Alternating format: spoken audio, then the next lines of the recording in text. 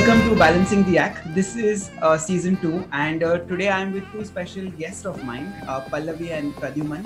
Pallavi, starting off with you, I would like to know a little about you and about what you've been doing and how you've been taking care of yourself in this pandemic, and then we'll hear from you, Pradyuman. So I actually had plans to go to mountains this summer because in Feb it looked like okay, the virus is almost gone, there is vaccine coming in and things is getting normal. But I came back home, which is Jamshedpur, from Delhi in April, thinking that I'll get my parents vaccinated and then I was going to go to Dharamkot and work from there for next 3 months. And it's August and I'm in Jamshedpur. I got COVID, I got my vaccine and doing real work from home this time because I'm at home after 18 years. I am enjoying living off my parents, not paying rent for a change. It's a big move, I think, for someone as independent as you are to go back to your home city and, live with your parents. But I think you must be enjoying the time with your parents, your folks. Yeah, because see, last year I was in Delhi. I got stuck between moving houses in the lockdown. I paid rents in 2 places. And when you're not going out, not doing anything. Also, I wasn't making money last pandemic, like the first lockdown. Now it is still okay. People have, if you're a freelancer, there was no work happening last year. You were not getting paid. I was just paying my bills. So I'm glad that this time I came home before the shit hit the fan. So yeah, it's better to be home because it was really bad, I think, in April, May. Whole situation, and I was glad I was here because my mom got COVID, I got COVID, but because I was here, at least I could take care of them. Otherwise, it would have been quite scary. Pradyuman, some words from you, man. How you've been doing during the pandemic? Very well. I have been in Jaipur mostly, all throughout the pandemic, in fact, and in fact, it hasn't been as bad as it's looked on television over here, I guess. So, yeah. It's so far so good. So tell me a little about what you do, how you've traveled India as a country, and what is your expectations from the current city that you live in. So currently I live in Jaipur, and that's where my parents live as well. And so I used to work before this, and so I started working as a tour leader. So I would take people. That was right after college, after that. So I was taking a bunch of foreigners around the country, and I was working for a Canadian company. So that was a lot of fun, very interesting. We got to travel a lot on the road, pretty much all the time, when you're working. And then after that, I started working for Taj Safaris. So I was working in the wildlife for almost about 3.5 years. So I was in Kanha and Panna tiger reserves. Then I came back home. I had to come back home. My father doesn't keep too well nowadays. So I come back home and I've gotten into agriculture, and just last year we've tried luck at an orchard. So I've planted quinoas. So I'm doing that, and also me and a couple of friends of mine, we run a cycling holiday company. So if anybody comes to Jaipur, they can hit you up, right? And check out your cycling activities that are around. So how did the both of you meet? We shall paddle together. I was going to say that anybody, not just Jaipur, we're going to Rajasthan. Okay. So that's how we met, and I think anybody, especially if you are a solo traveler or a girl traveler, if you're going to travel to Rajasthan, just make sure you have a friend who went to Mayo or went to Delhi College. You just need one of them, because between them, they are in every city or the tourist destination or Rajasthan, either running some tour companies, or they have a hotel, or some a lot of us are in palaces which are turned into some holiday thing. So I was going to Rajasthan. I was going to go to Udaipur, Pushkar, Jodhpur. So a friend of mine who went to Mayo College connected me to somebody who went to Mayo, and Pradyuman was working with them doing these cycle trips. So we literally met like that on a phone call, and then they were there in Pushkar, and we were like, hi. We were Uh, their guides all of a sudden. yeah, actually, it started like that because we booked a tourist famous hotel. You'll find on TripAdvisor and everywhere that if you're going to Pushkar, you should stay there. The Pink Floyd Cafe. Yeah, it is like the worst place ever. So we booked It's really that dingy.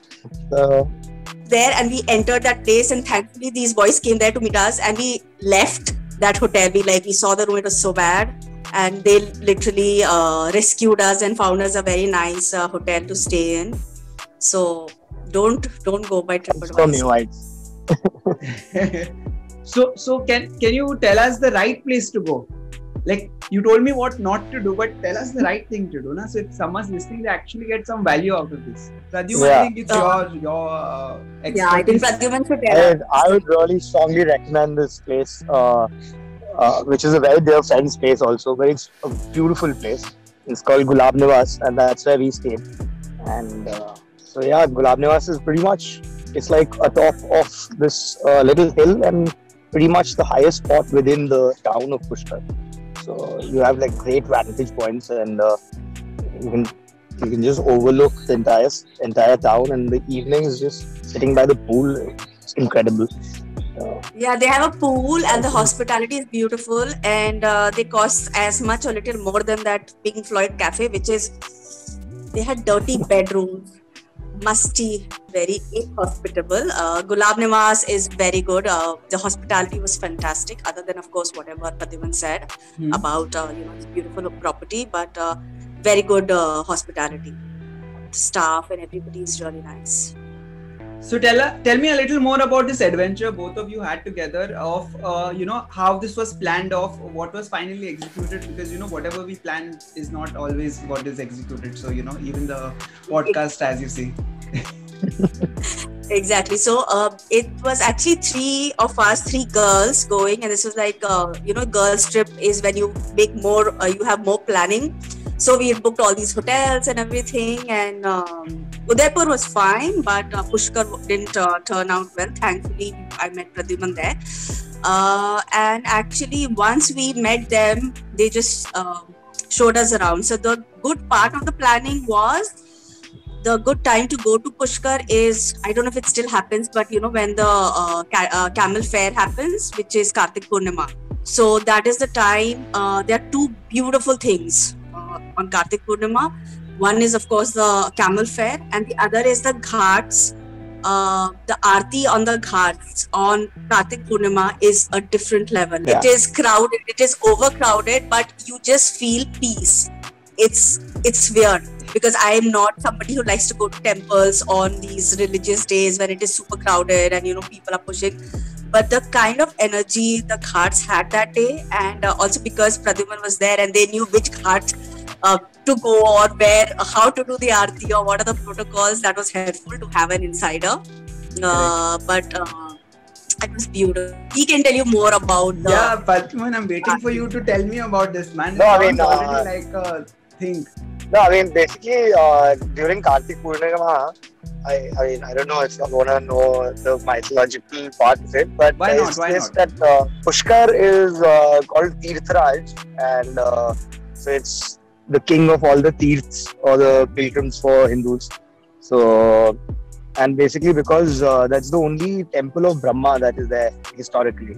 Otherwise, there are modern temples nowadays in Cambodia and things, but otherwise, there's like a proper old temple of Brahma. There's only one, and it's got a lot of stories connected to it. So during those 4 days of Kartik Purnima is when the Mela is there, and that's when it's said that if you do a dubki in the lake over there, then you're rid of all your sins, and you automatically are in line for Nirvana.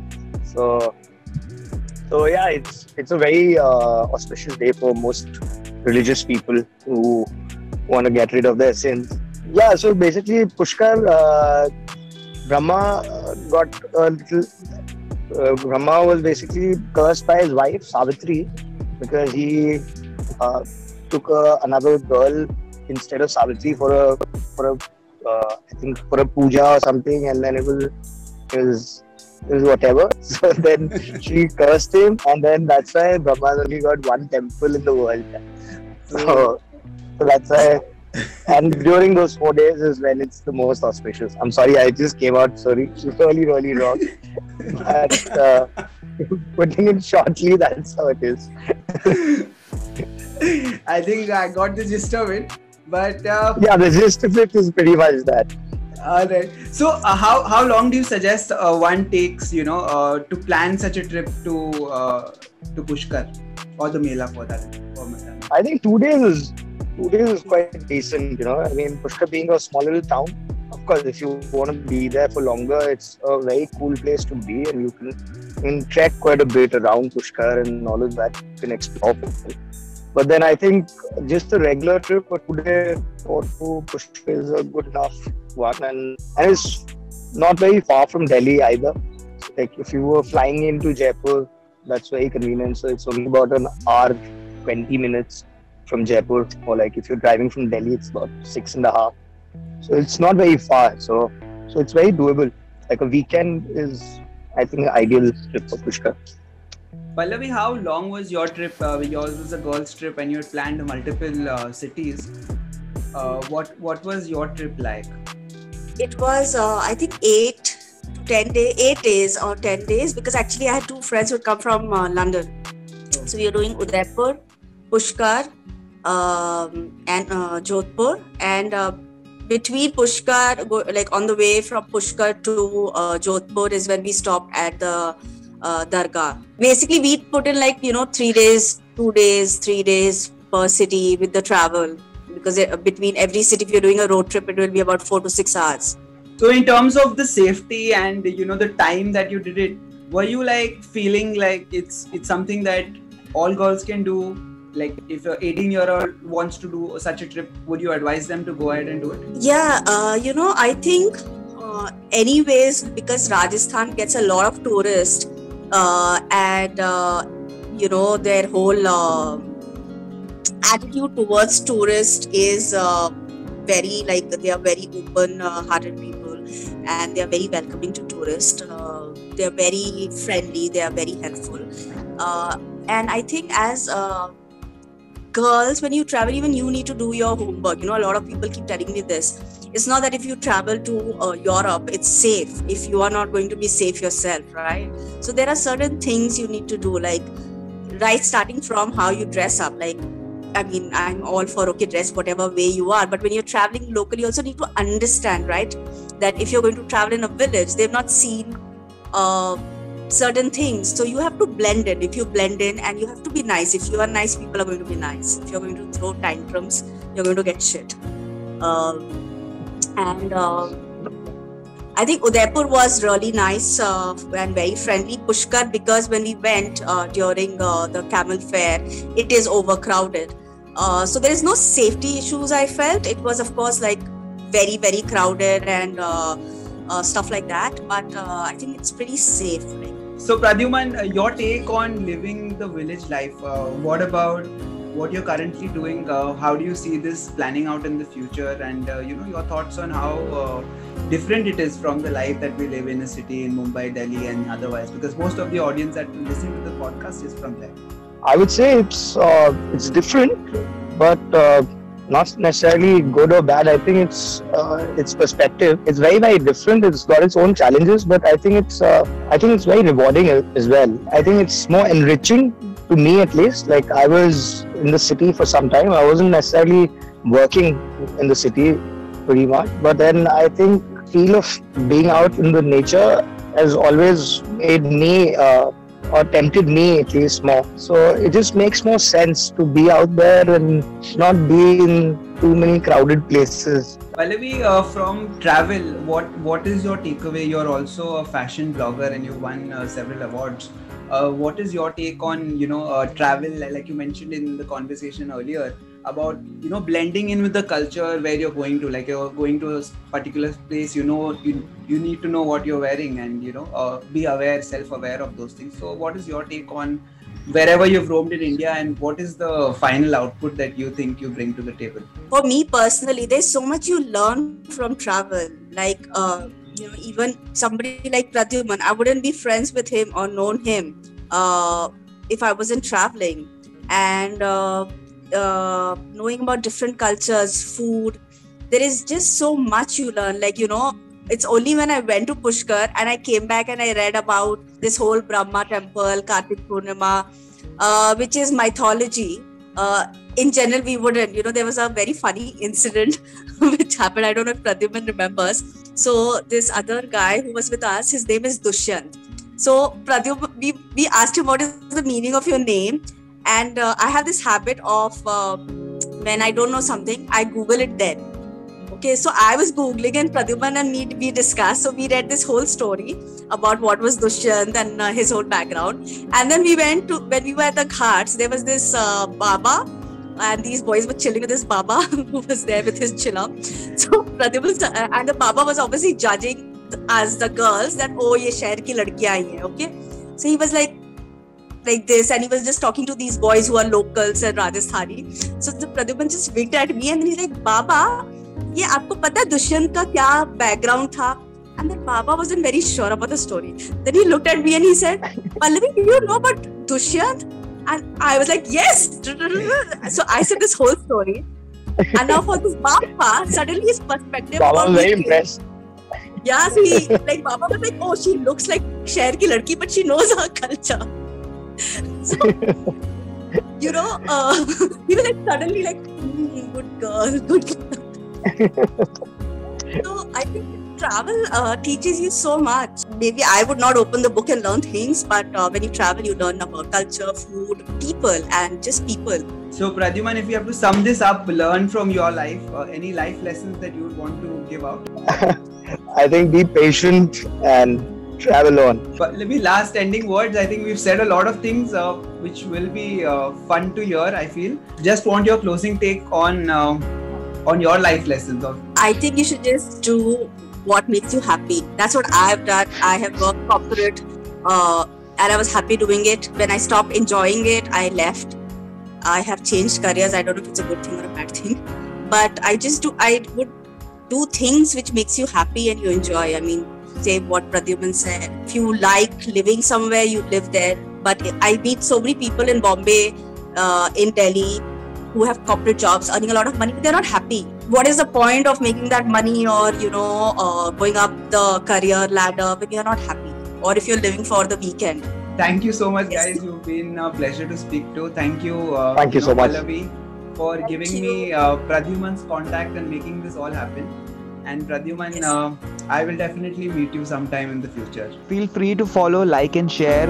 Thank you for your time, and as always, stay safe.